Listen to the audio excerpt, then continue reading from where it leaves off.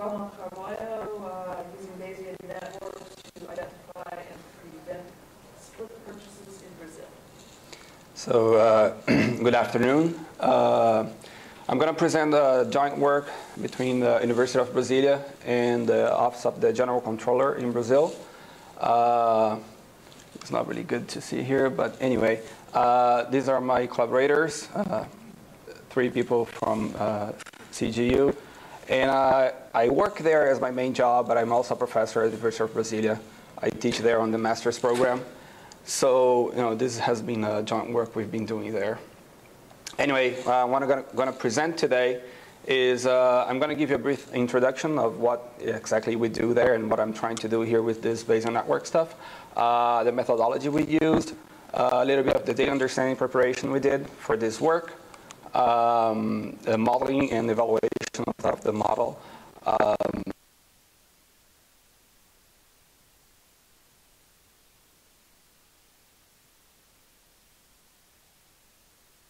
And exactly what we're trying to accomplish.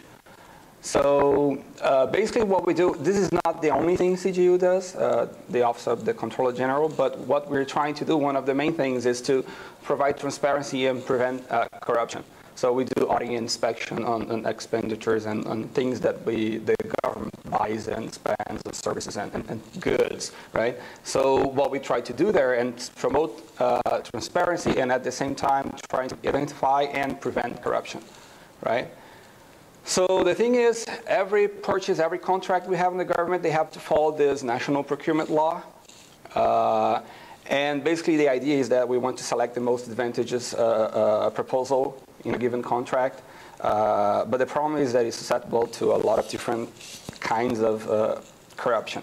So I'm going to talk a little bit of the different types of corruption we can encounter and what exactly we're looking for here. So, of course, we want to prevent, not only detect corruption, okay? For that, we gather information from a variety of sources and combine it to evaluate what has to be done. And this is mostly, a lot of the work we do in this is in this observatory of public spending. So we pretty much get data from other agencies and put them together and try to see, what's happening. Who owns this contract? What's happening with it? Did it finish? Did it get, stopped in the middle of the execution? What happens? So we have a lot of problems of dealing with this amount of information. We do not have enough people to actually look at all this data, so we have to find a way to make sense out of it. Just a really simple example is just, on this government program, we had more than $250 billion in a given year, and it was more than 1,000 projects just in one state of Brazil. So we have to look at everything, all the states and all the programs, not just this one. So how do we do that? So that's kind of showing the complexity of the work we need to do, right?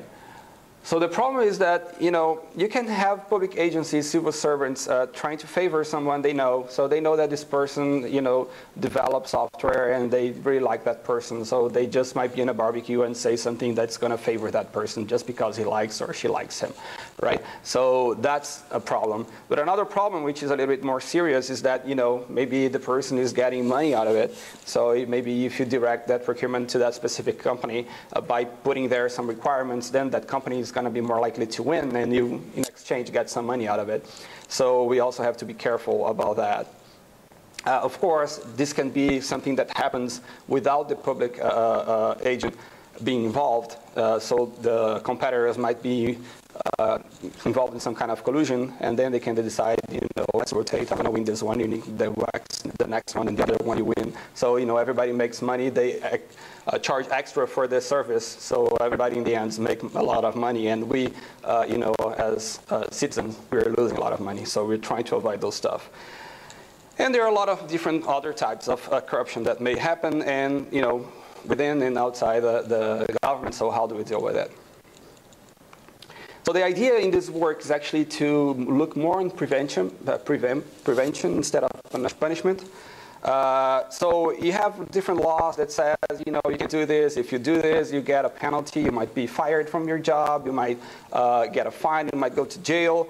But the problem is it's really hard to enforce the law, right? Sometimes by the time you get to know there's a scandal or something, you find something out, to the time that you actually put that person to jail, it takes a long time, and sometimes you don't get the money back.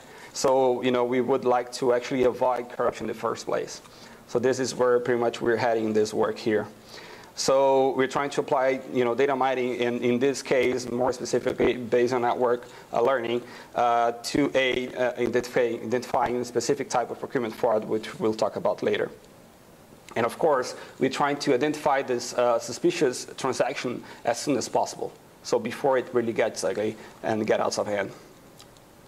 So the methodology used here was CRISP-DM. It's a cross-industry standard for data mining.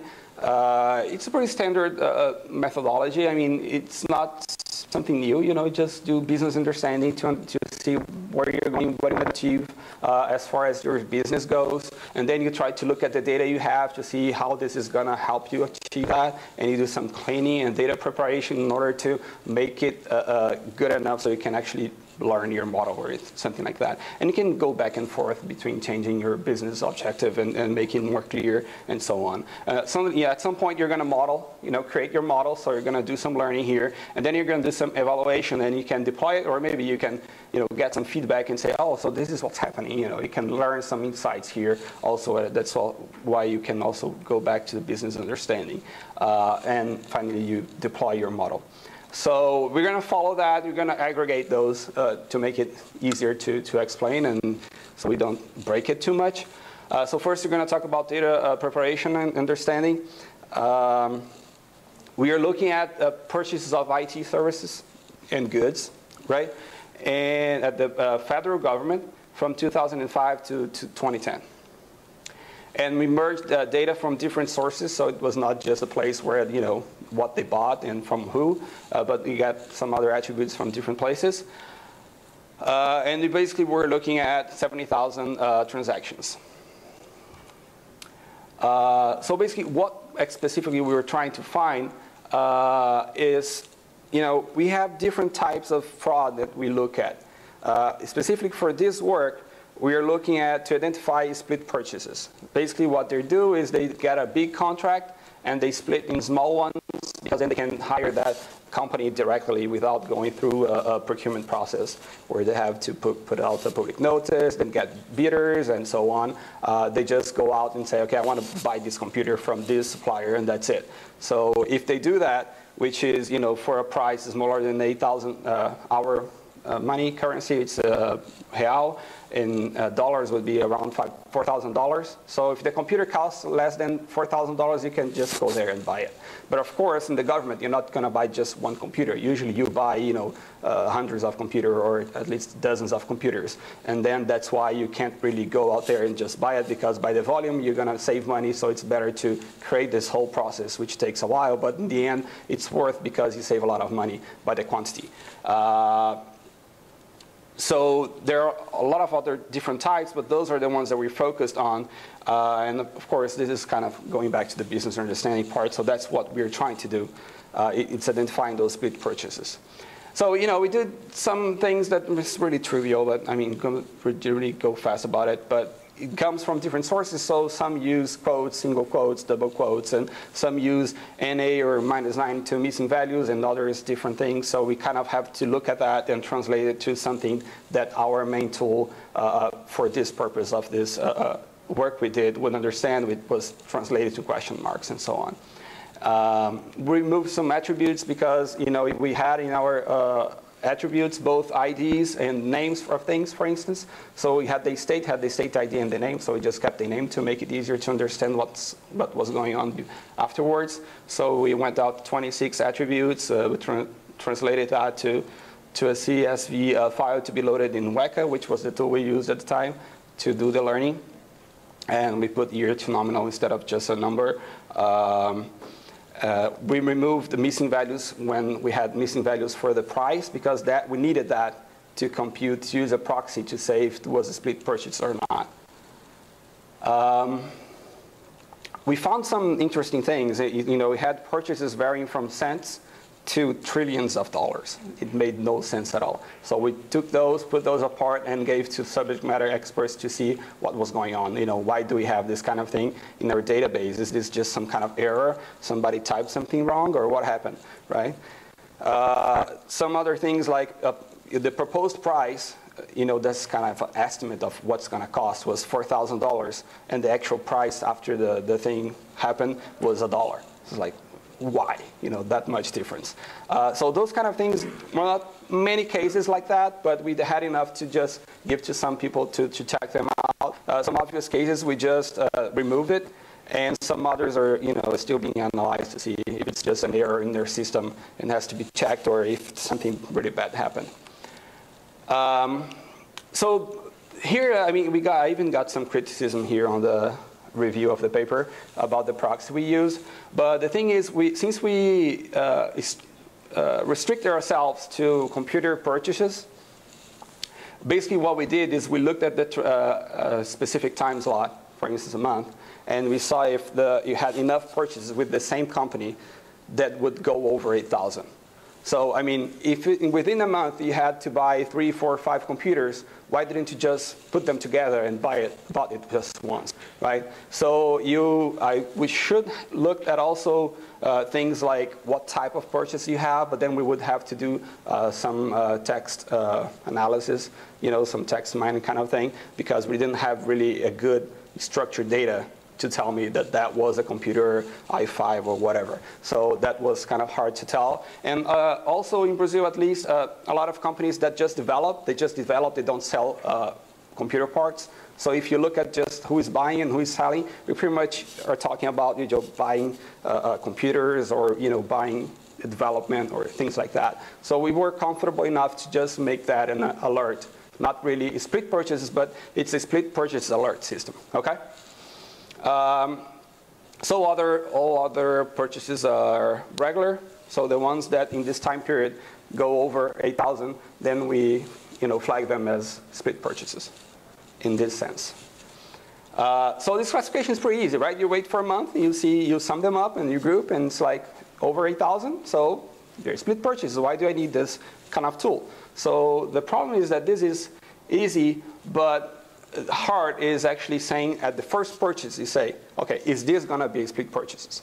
So that's kind of what we're trying to do. If the person just buys something this morning and you tell him, hey, I'm looking at you, don't do it again because I know you're going to split this purchase. So that's the kind of thing, the kind of magic thing where you're just wondering, is this going to happen? Is this going to work? So that's what this work is about, okay? So we want to avoid the problem to occur. We want to prevent, so focus more on prevention and less on punishment, also because it's a lot better and more effective, which I should say. So we want to identify the problem as soon as possible and find suspicions. I said all that already, but within days or minutes instead of just waiting for a whole month or week or whatever. Okay. So, for that, I had to go back to preparation because I need to deal with the algorithms I was using. Actually had just accepted only discrete values. So, I had to take the numbers and break down them into beans. And I just used 11 beans just because. And there is no good reason. But then I got good results, so I never came back to change it because it didn't make sense. So to the results. OK. So first we tried with naive Bayes and BaseNet with the standard algorithm they have in Weka, which is K2. And we tried with and without resampling. So it's interesting to see that, just using naive Bayes, a BaseNet, without changing anything on the data, you can actually see that I got really high accuracy. But that's not really good because this is unbalanced data. So I do have just a few transactions that are the ones that I'm looking at that I'm really interested at, which is irregular or split purchases, right? So I'm getting everything correct in the sense that I pretty much say that everything is regular. And then I got a high accuracy, but I pretty much get everything wrong, or most of it, or at least half and half wrong for the irregular cases, which is shown here by the regular false positive. So I say it's positive, but it's not really positive. It's split purchases. So I want to get that number down. And if I do oversampling, which is one of the techniques, to do resampling is one of the techniques to kind of trade off to solve the problem of having unbalanced data. Okay, so basically just by doing that, and I should say also here that this algorithm, there is also a parameter that where I say the number of parents, most parents I can have per child. So here is set to 2, okay? And I got pretty good results. So from 0.363, it went out to 0.14, and for an IV base from 0.545 went down to 0.05. So I mean, it got a lot better. And by looking at here, pretty much what we saw was that oversampling got a lot better results than doing the other techniques. So that's what we stick to. And also, these tests were all based on 10-fold cross-validation. So basically, we tried other algorithms and with different number of parents, the max number of parents I could have. And basically, independent of that, the best algorithm we got was with 10, Tree Augmented Network, and pretty much got 0 for regular false positive rate, which was what I was interested at. Really high ROC curve and accuracy. So I mean, we were really happy about that, although a little bit curious why we got such good results. So furthermore, we tried to change the alpha parameter, which is used for learning the probabilities of the tables. And the default is 0.5. When we went up higher, we lost a little bit in the metrics we were using, and we kept decreasing it until it started going up again. So the best result we got was with the 0.1 alpha parameter. And basically, that gave us this matrix, this confusion matrix, which we get all the split purchases correctly classified, and we just missed a few of the regular ones. So that was a pretty interesting result. And of course, we tried to understand why, and given the time, I don't have enough time to go over this, but I tried to do some a priori. Okay, so do confidentiality, I can't really talk too much about the data, but we did see some relationship between the variables that said, okay, this is interesting, but we didn't have enough time to actually go through all that to see what was happening. So in the end, we need more analysis to be done.